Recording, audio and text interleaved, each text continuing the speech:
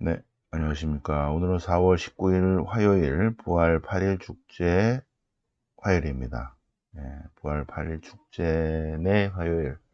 옛날에는 네 그랬는데 요거는 빼고 부활 8일 축제 화요일. 네, 오늘 독서는 어제에 이어서 사도행전 2장. 근데 어저께 막 그 다음까지 다 설명해 버렸어요. 그죠? 자, 그래서 다시 한번 사도행전 오늘 공부를 하겠습니다. 오늘 시편은 시편 33편. 네. 시편 33편, 여기하고도 안 맞고, 여기하고도 안 맞고, 뭐, 그냥, 주님의 자애, 주님의 헤세드, 온 땅에 가득하다. 주님의 헤세드는 영원하시다. 자, 요한복음 20장, 11절부터 18절까지. 이것도, 계속 이어지는 거니까 다시 보시겠습니다. 자, 그러면, 네, 성경 본문, 사도행전 2장 전체를 다시 볼까요?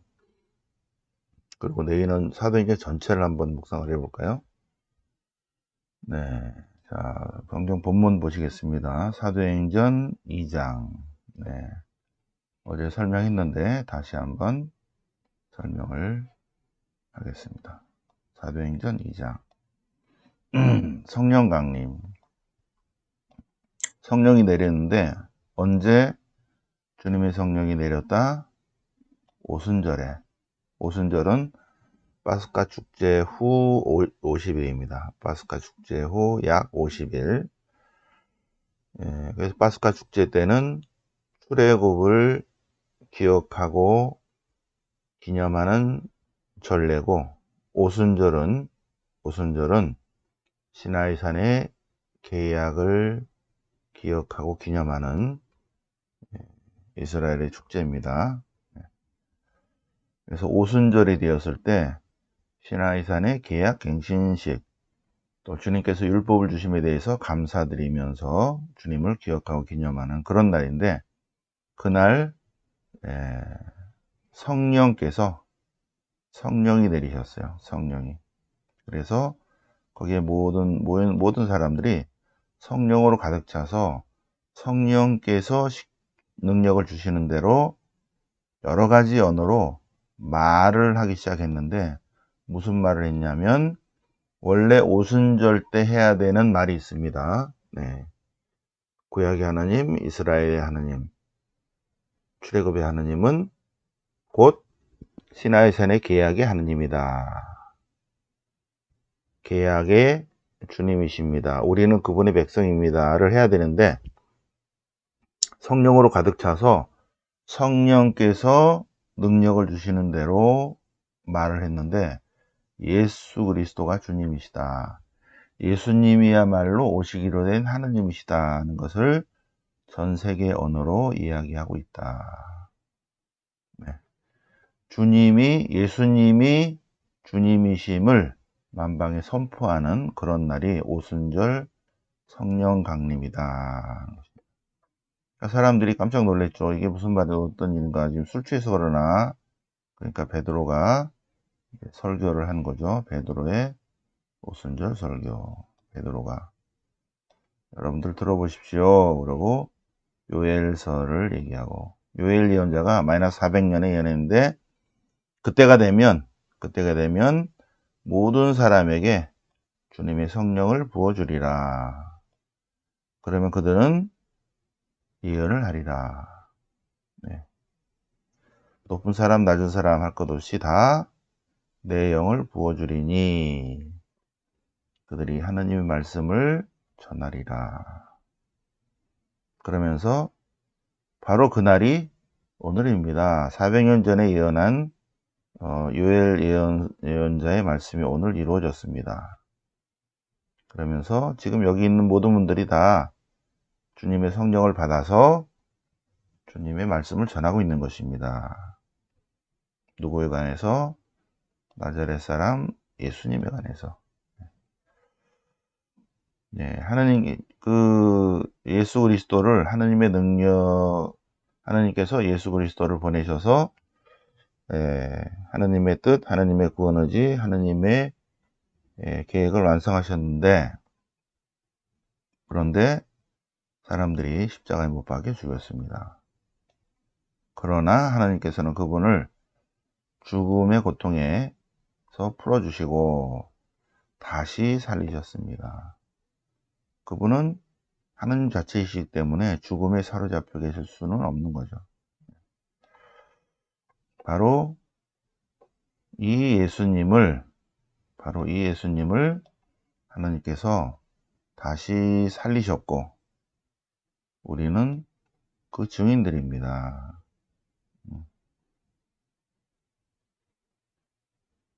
그 예수님이, 여러분들이 십자가에 못 박혀 죽인 예수님이 바로 하나님이십니다.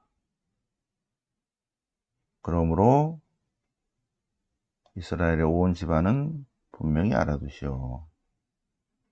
하나님께서는 여러분이 십자가에 못 박은 이 예수님을 주님이시다, 메시아이시다, 주님과 그리스도로 삼으셨습니다.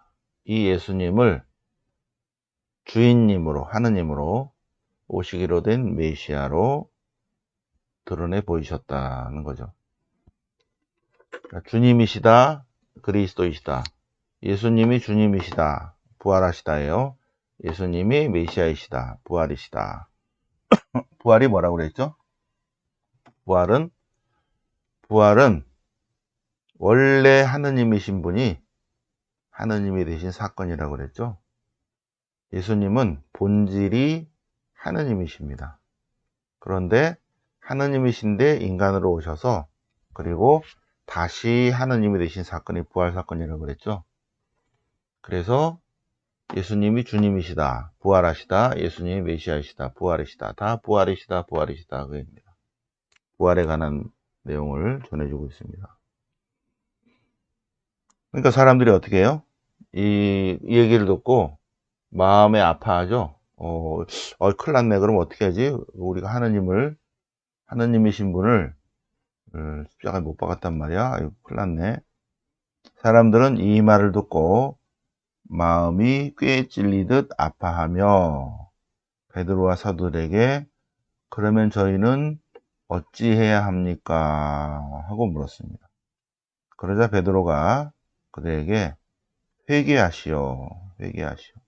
회개는 하느님을 등진 인간이 하나님께로 돌아서는 것입니다. 회개합니다의 표시로 세례를 받는 것입니다.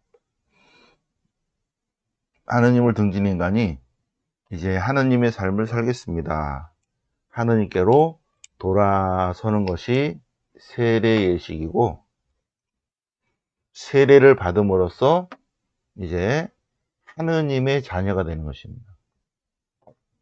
그래서 하느님의 자녀가 되는데, 하느님의 자녀에게 주는 선물이 있습니다. 선물.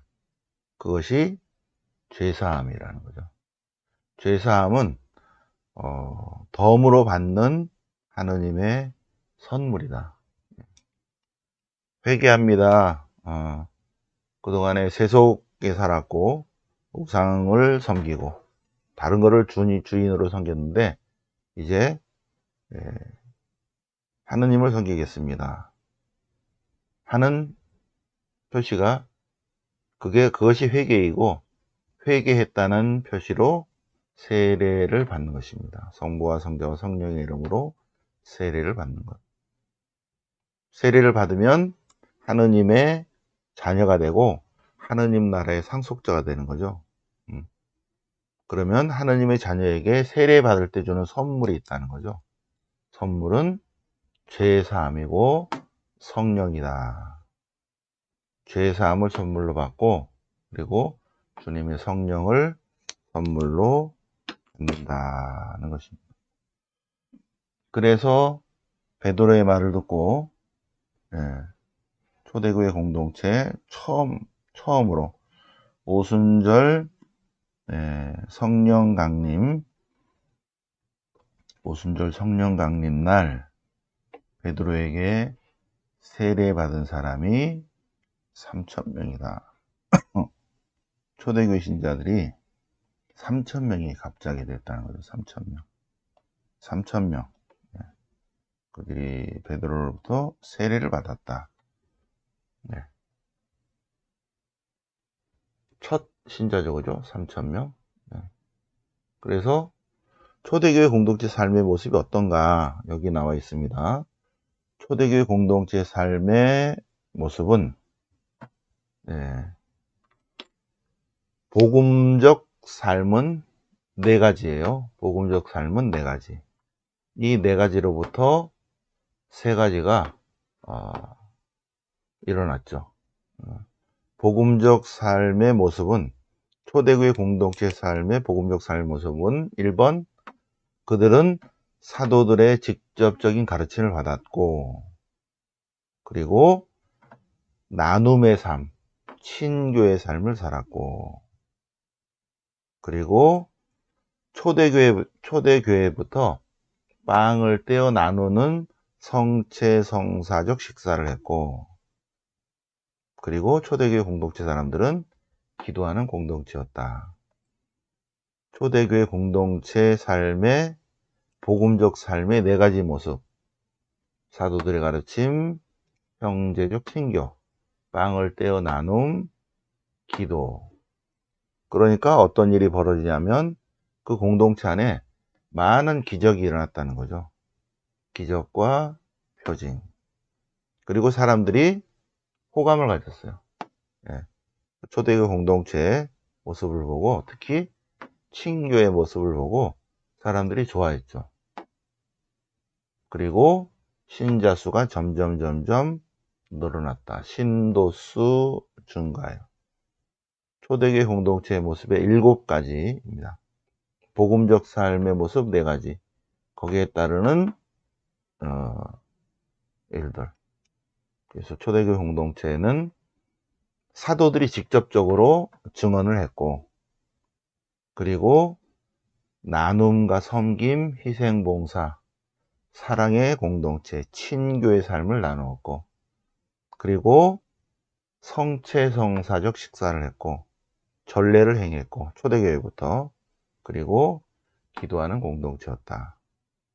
그래서 많은 기적이 일어났고, 그리고 사람들이 호감을 가졌고, 신도수가 점점 늘어났다. 여기에 초대교회 공동체의 모습이 다 들어 있습니다. 자, 시편 33편, 파란색으로 한 것이 오늘 화답성입니다. 주님의 말씀은 바르고 그분의 행적은 진실하다. 그분은 공정과 정의를 사랑하시는 분. 주님의 헤세드, 주님의 사랑, 주님의 자애가 온 땅에 가득하다. 앞에 있는 것이 성경에 있는 시편, 뒷부분이 성무일도 시편 2개를 이렇게 모아놨습니다. 자, 오늘 복음 요한복음 20장 다시 한번 또 설명하겠습니다. 부활에 관한 내용입니다. 부활에 관한 내용. 주간 첫날 이른 아침 아직 어두울 때 마리아 막달레나가 무덤에 가보니 무덤이 이미 열려 있었다는 거죠. 그래서 깜짝 놀라서 베드로와 예수님께 사랑하신 자에게 달려가서 무덤이 비었어요. 그리고 주님이 안 계십니다 하고 알렸죠. 그래서 베드로와 예수님께 사랑하신 자가 둘이 뛰어갔어요. 그런데 예수님께 사랑하신 자가 좀 젊어갖고 베드로보다 더 빨리 갔다는 거죠. 그러나 들어가지 않고 베드로 올 때까지 기다렸습니다. 베드로가 뒤따라와서 이제 들어갔죠. 그리고 예수님께 사랑하신 제자도 뒤따라 들어갔고, 그런데 그 예수님께 사랑하신 그 제자는 바로 보고 믿었다. 베드로는 무덤이 비었네 그러고만 갔다는 것입니다. 그런데 마리아 막달레나가 무덤에 서서 무덤 밖에 서서 울고 있을 때, 그때 예수님께서 누구를 찾느냐 하고 물으셨어요. 예수님께서 누구를 찾느냐. 요한복음 맨 앞에 보시면 로고스 찬미가 그 다음에 예수님께서 지나가실 때 세리자 요한이 예수님을 보고 보라 하나님의 어린 양이시다. 그러고 자기 제자를 보냅니다. 안드레아와 또 다른 제자를 보내요. 그래서 그 두 제자가 예수님을 따라가니까 예수님께서 그들에게 무엇을 찾습니까? 하고 물어요. 무엇을 찾습니까? 주님 어디에 머물러 계십니까? 예수님께서 와서 보시오. 처음에 제자들은 예수님께 가서 그 무엇을 찾았어요. 그러나 제자들이 점점 영적으로 성숙해지면 누구를 찾게 된다. 무엇을 찾다가 영적으로 성숙해지면 누구를 찾게 됩니다. 우리 그리스도인들도 처음에 세례를 받고 교회에 가면 그 무엇을 자꾸 주님께 찾아요. 건강하게 해주시고 사업 잘 되게 해주시고 뭐 이것저것 바라는 게 많아요. 그러다가 영적으로 성숙해지면 주님을 찾게 되는 거죠. 그렇죠? 아직도 내가 교회에 가서 기도할 때 그 무엇을 찾고 있다면 아직도 성숙한 신앙인이 아니고, 내가 성당에 가서 주님을 찾는 신앙인이라면 영적으로 성숙한 신앙인이죠. 요한복음 2장에서는 누구를 찾다가 1장에서 요한복음 1장에서 누구를 찾다가 무엇을 찾다가 점점 20장에서는 주님을 찾게 된다. 누구를 찾느냐? 그래서 제가 주님을 찾습니다. 막달레나가 주님을 찾습니다. 그래서 나다 하는 거죠. 마리아 막달레나는 깜짝 놀라죠. 예수님께서 사명을 주십니다. 마리아 막달레나에게 너는 제자들에게 가서 그분이 부활하셨습니다 하고 전하라 하십니다. 전하라. 막달레나에게 주님께서 가서 형제들에 가서 전하라. 그래서 마리아 막달레나는 제자들에게 가서 내가 주님을 배웠습니다. 부활하신 주님을 만났습니다 하고 전하였다. 마리아 막달레나는 어떤 사람인가? 사도들의 사도다. 사도들의 사도. 사도들에게 주님의 부활을 알리는 사람이에요. 그죠? 마리아 막달레나가. 여기 보면은 베드로도 안 믿고 있었죠? 베드로와 11제자는 안 믿고 있었어요. 다다르 또 이 제자는 12제자가 아니라고 그랬죠. 그죠? 아니라고 그랬죠. 요한복음에 나오는 가상의 인물입니다. 요한복음서에 나오는 가상의 인물. 누구죠? 참된 그리스도인입니다. 참된 그리스도인들.